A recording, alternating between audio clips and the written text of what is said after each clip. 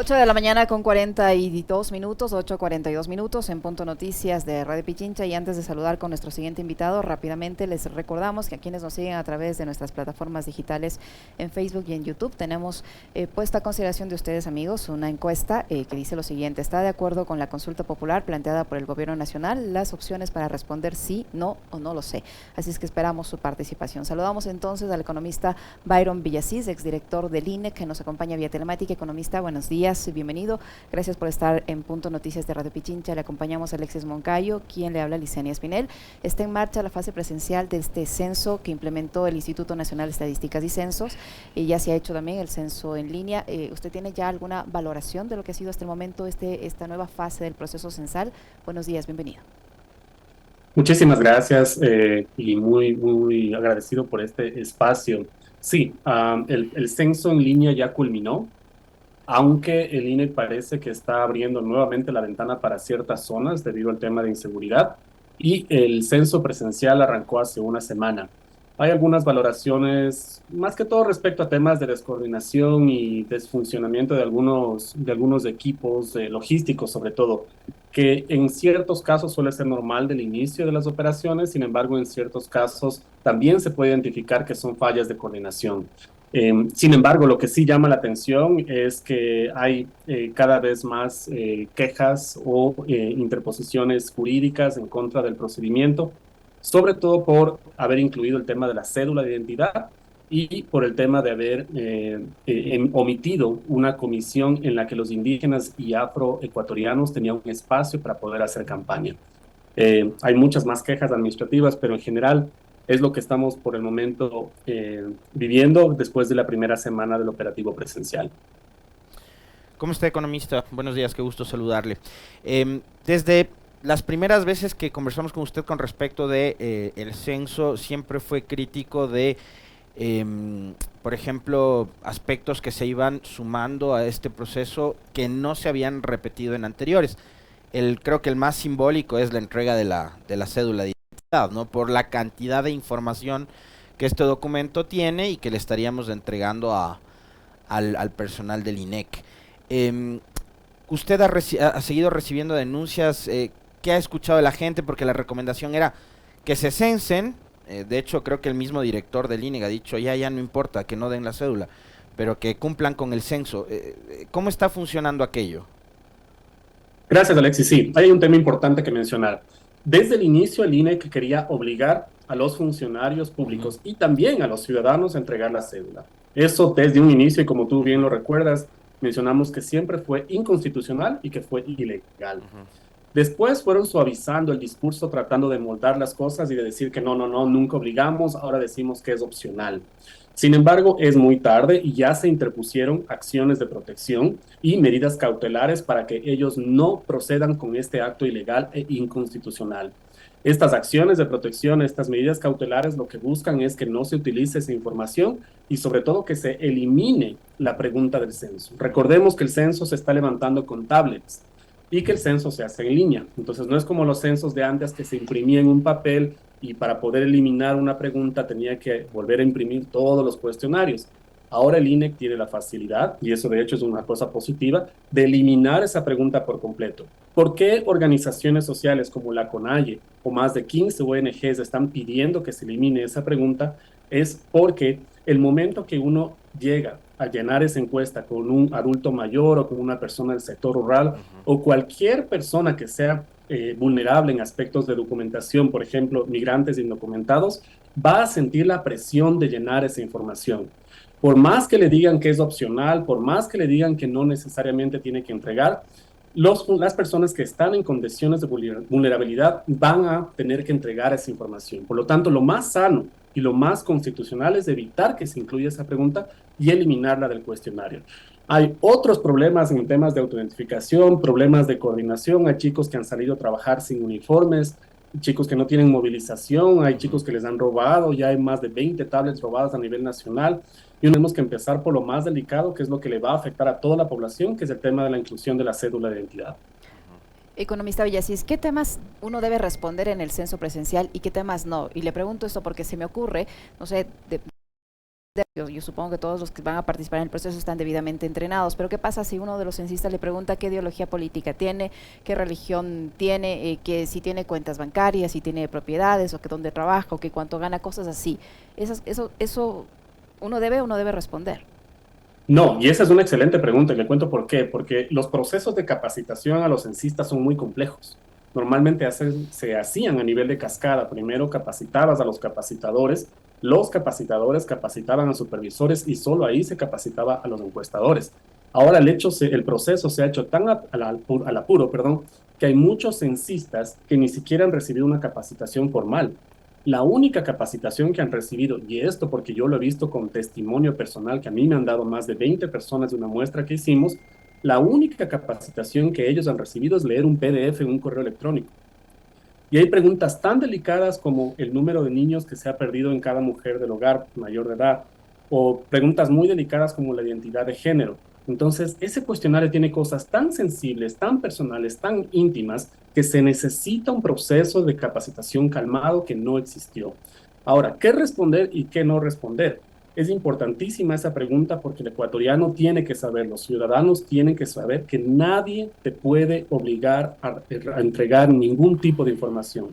Si tú no te sientes cómodo entregando inclusive información que parecería inofensiva, tú tienes derecho a decir, siguiente pregunta, yo no quiero entregar esa información. Ellos no deberían ellos no deberían preguntar cosas relacionadas a ideología política, a cuestiones personales mucho más delicadas. Eso ni siquiera debería existir. Sin embargo, como también se les comentó ordenadamente en su momento, el hecho de haber ejecutado este operativo exactamente durante un periodo de elecciones y de campaña electoral provoca precisamente estas perspicacias que tú traes a colación. Y ahora Digo, no puede sería raro preguntarme que por algún quién voy a votar en encuestador. las seccionales, ¿no? Digo yo, podría pasar. Exactamente, exactamente. Imagínate un chico sin contrato, que no le pagan ni siquiera para poder movilizarse, que no le dieron su chaleco porque solamente entregaron chalecos donde hicieron ruedas de prensa. Y de pronto viene un político y le dice, mira, tú que te vas a dar la vuelta por ahí, por favor, dame entregando esta encuesta también de paso. Y daña el operativo censal y daña inclusive las respuestas que va a entregar el ciudadano. Eso se les advirtió en su momento, no hagan un censo en periodo de campaña electoral, pero hicieron caso omiso y ahora tenemos que atenernos a las consecuencias. Las consecuencias van a ser su cobertura y mala calidad censal. ¿Qué se debe responder en el censo entonces? Preguntas que tengan cierta lógica y cierta intuición respecto, por ejemplo, a temas de edad, sin incluir cédula de identidad. Por ejemplo, condiciones de la vivienda, sin incluir condiciones cédula de identidad. Preguntas relacionadas a la composición del hogar, si es que alguien, por ejemplo, ha migrado en los últimos 5 años, cuestiones relacionadas a los servicios básicos, cualquier cosa de información que no atente contra nuestra intimidad, primero, y segundo, cualquier información que no esté atada a una cédula de identidad. Por eso ahora es muy incómodo decirlo, pero el ciudadano tiene que estar muy activo, ¿no? El censo parece una cuestión que viene a despojarnos de información para crear bases de datos que ojalá no tengan fines bancarios o comerciales. Economista, hay un tema que a mí siempre me llamó la atención, también lo hemos conversado con usted en varias ocasiones, y es esta particularidad, a diferencia de cómo se había llevado adelante hace 12 años o hace 20 y pico, los censos, ahora se va a aplicar esta modalidad combinada, ¿no? Que va a ser un censo en algunos casos presencial y en otros casos virtual. Hay un 100% de efectividad de que el trabajo y la información que obtenga el INEC sea totalmente fiable, combinando estos dos formatos por un lado, y por otro se han a ver, a nosotros nos han hackeado el canal de YouTube, a otros medios igual, han hackeado bancos, han hackeado a la telefónica pública, CNT. Se han tomado las previsiones y precauciones del caso como para que las cuentas y las redes del INEC y del gobierno, ahora que están censando, no sean atacadas digitalmente. A ver, empiezo por lo último. La respuesta es categórica no. Claro que el INEC te va a decir que se han preparado, que tienen una inversión millonaria y todo lo demás, pero es muy fácil darse cuenta que los protocolos de seguridad no siguen recomendaciones internacionales. Hicimos un conversatorio con la Universidad Central más o menos hace unas 3 semanas, donde se detalló cada uno de los pasos que deberían haberse seguido con anticipación para proteger esa información. Ahora, por supuesto, ellos van a decir que no, que tienen todo un sistema y que está protegido. Me llamó mucho la atención una declaración diciendo que tienen la base de datos cercada con alambre de púas y cámaras. O sea, creo que hay algunas confusiones de cómo se protege una base de datos. Sin embargo, el problema aquí no solo es la buena o mala fe que pueda tener el instituto, Ujú. sino el tema de que tenemos antecedentes de que en Ecuador se roban las bases de datos como si fueran celulares. Se roban la base de datos del registro civil, que muchas personas saben que se puede comprar en Miami por varios millones de dólares completa. Ujú. Muchos saben lo que pasó con el escándalo de Nova Strat, donde se tiene acceso a toda la información de la Dirección de Registros Públicos. Muchos saben lo que pasó con la base de datos de la Defensa de Seguridad Nacional, que se supone que es la base de datos más sensible del Ecuador, igual terminó hackeada. Ujú. Entonces, si hay estos antecedentes, sumado a una baja institucionalidad, esto significa que no tenemos las seguridades suficientes como para decir que esa base de datos va a estar bien protegida. Recordemos que el Ecuador ni siquiera tiene superintendencia de datos, lo que permitiría, en cierto caso, proteger esta información. Y aparte, el INE que está adscrito a la presidencia, lo cual le vulnera cualquier tipo de acceso a información en algún momento que el presidente quiera acceder a esa información. Y respecto a tu primera pregunta, el tema de la combinación de operativos. No, eso no era adecuado en el Ecuador. ¿Por qué? Porque es un experimento metodológico. Eso funciona en sociedades que son altamente equitativas. Es un poquito técnico este tema, Ujú. pero tratando de ejemplificar rápidamente.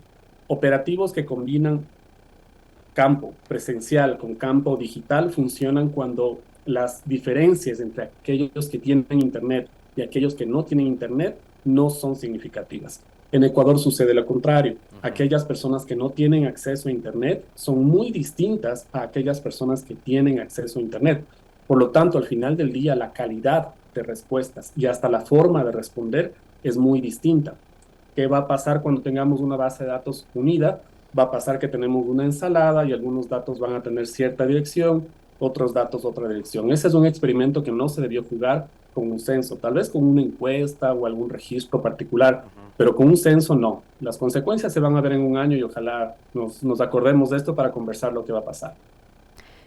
Economista Villasís, ¿qué pasa si una persona no está en su domicilio en el momento que el censista llega y tampoco ha participado en el censo en línea? Eh, ¿Qué pasa con esa información que no se va a recabar por un lado y esa familia o ese ciudadano tiene algún tipo de sanción por no haber participado en el censo? Ni No, no virtual tiene ninguna ni sanción. presencial. No tiene ninguna sanción porque la única norma que regla ese tipo de ausencia es de 1976 y la sanción es 200 sucres, literalmente. Primero. Y segundo, no hay forma de ejecutar un proceso administrativo en contra de esa persona. Entonces, si es que una persona por A o B no está en casa en ninguno de los dos operativos, simplemente cuenta como lo que se denomina un caso ausente y va a ser parte de la estimación de subcobertura, es decir, qué porcentaje no se cubrió. Por lo tanto, no va a ser un problema respecto a la persecución o cuestiones así. Lo que sí hay problemas o riesgos de persecución es si es que uno entrega la cédula y después nos damos cuenta que el gobierno quiere saber dónde está Byron Villasís, denme los datos de su casa para ver porque me cae mal y quiero hacerle persecución. Ahí sí hay problema. Okay. En materia de difusión, economista, digamos, tomando en cuenta además todo lo que hemos venido conversando, lo que te piden ahora como, digamos, preguntas que te plantean, adicionalmente el hecho de que hay estos dos formatos, presencial, en línea, etcétera, ¿ha habido la difusión suficiente de información, de comunicación de parte del INEC, del gobierno, de este proceso de censo o no? No, y creo que ahí el problema, ahí desafortunadamente vamos a tener que caer en la alternativa de crear dos tipos de interpretaciones. Ujú. Primero, la respuesta es no, y no porque yo lo diga, sino porque muchas organizaciones se están quejando al respecto, sobre todo indígenas y afroecuatorianas. El censo es tan complicado de organizar, el censo es logísticamente tan complejo que Ujú. para poder llegar a las zonas rurales más dispersas, uno necesita una campaña que dura meses y una campaña que no sea cuestión de salir en la televisión, tomándose fotos, de hecho los que hacemos encuestas, no, una campaña en la que tenemos que hablar con líderes locales, que incluye perifoneo, que incluye caminar las Ujú. zonas dispersas y rurales del Ecuador para anticipar que en varios meses va a llegar el censo. Solo así, indígenas de zonas muy alejadas van a estar alertas de que tienen que responder a un cuestionario, de que hay que recibir a los censistas, de que hay que prepararse para ese proceso. Eso no sucedió y ya se ha quejado la CONAIE, inclusive líderes políticos como Yacu Pérez interpusieron recursos legales quejándose por esta ausencia. ¿Qué es lo que va a pasar aquí? Que muchos indígenas y muchos afroecuatorianos van a recibir con sorpresa el censo y el momento de responder van a tener menos recursos para poder identificarse como indígenas. ¿Qué es lo que va a pasar? Que la proporción de indígenas va a reducirse y luego algunos odiadores del sector popular van a decir, ni siquiera han sido el 7%, sino que resulta que han sido el 2 o el 1%. Entonces, eso me lleva a lo que mencioné al inicio. Aquí o hay un error operativo logístico por inexpertos, por falta de coordinación, o hay una intención política de minimizar a la población indígena y afroecuatoriana. ¿Para qué? Para luego decir, nosotros somos el 99% del país, ¿por qué tenemos que paralizarnos por un 1%? Entonces, desafortunadamente, si uno escucha a todos los líderes indígenas ahora, e inclusive a las bases, ya el discurso es del segundo. El discurso es, esto es una clara intención de invisibilizarnos, es una clara intención de excluirnos y decir que simplemente no existimos estadísticamente, por lo tanto no tienen que darnos espacios políticos, no tienen que darnos recursos y peor legitimidad política. Parece que por ahí va el asunto, porque es demasiada coincidencia que se excluye de una forma tan tosca y grosera y explícita a las minorías étnicas en el Ecuador. Y a este momento el censo está en marcha, ya no se puede corregir eso. Ya no se puede corregir y de hecho hay antecedentes. En Colombia sucedió algo parecido. El gobierno de Duque hizo una campaña imperceptible, que inclusive aún así es mejor que la ecuatoriana, y terminó reduciendo la población afrocolombiana en 30%. Los afrocolombianos se organizaron, interpusieron un recurso ante la Corte Constitucional de Colombia y la Corte Constitucional de Colombia falló a favor de ellos y mandó a repetir el censo. Entonces acá hay un tema administrativo mucho más complejo de querer excluir explícitamente a minorías étnicas por cuestiones de contentar a un proyecto político. Eso me parece mucho más grave. Eso sin contar con un operativo que se han inventado que se denomina censo de comunidades. Este censo de comunidades también es bastante polémico porque crea una lista de comunidades indígenas que existe a nivel nacional. Parece algo inofensivo, parece una cuestión menor, pero cuando uno analiza los efectos que puede tener, por ejemplo, para la ejecución de consultas previas, significa una herramienta para que el Estado bloquee consultas previas. Nosotros pensábamos que eso era una cuestión teórica, hipotética, hasta que nos dimos cuenta que en Quimsacocha ya lo están utilizando. Para poder bloquear la capacidad de hacer una consulta previa, el gobierno en una audiencia judicial dijo, aquí no tenemos una comunidad indígena. Puede que tengamos indígenas, puede que se vean como indígenas, pueden que hablen lengua indígena, pero no hay una comunidad indígena. Y como no hay una comunidad indígena, entonces no les vamos a dar paso a la cuestión de consulta previa. Esa es la materialización o el ejemplo más concreto de que el censo de comunidades puede ser utilizado para bloquear derechos colectivos. Entonces ya uno va armando las piezas de rompecabezas y se da cuenta que el censo no es que tiene fallas operativas, sino que más bien está muy bien pensado para excluir, para bloquear derechos, para extraer información comercial y para contentar a un proyecto político por cuestiones de intereses personales. Muchísimas gracias, economista Villasís. Siempre un gusto conversar con usted, muy amable. Un placer. Muchísimas gracias a ustedes. A usted.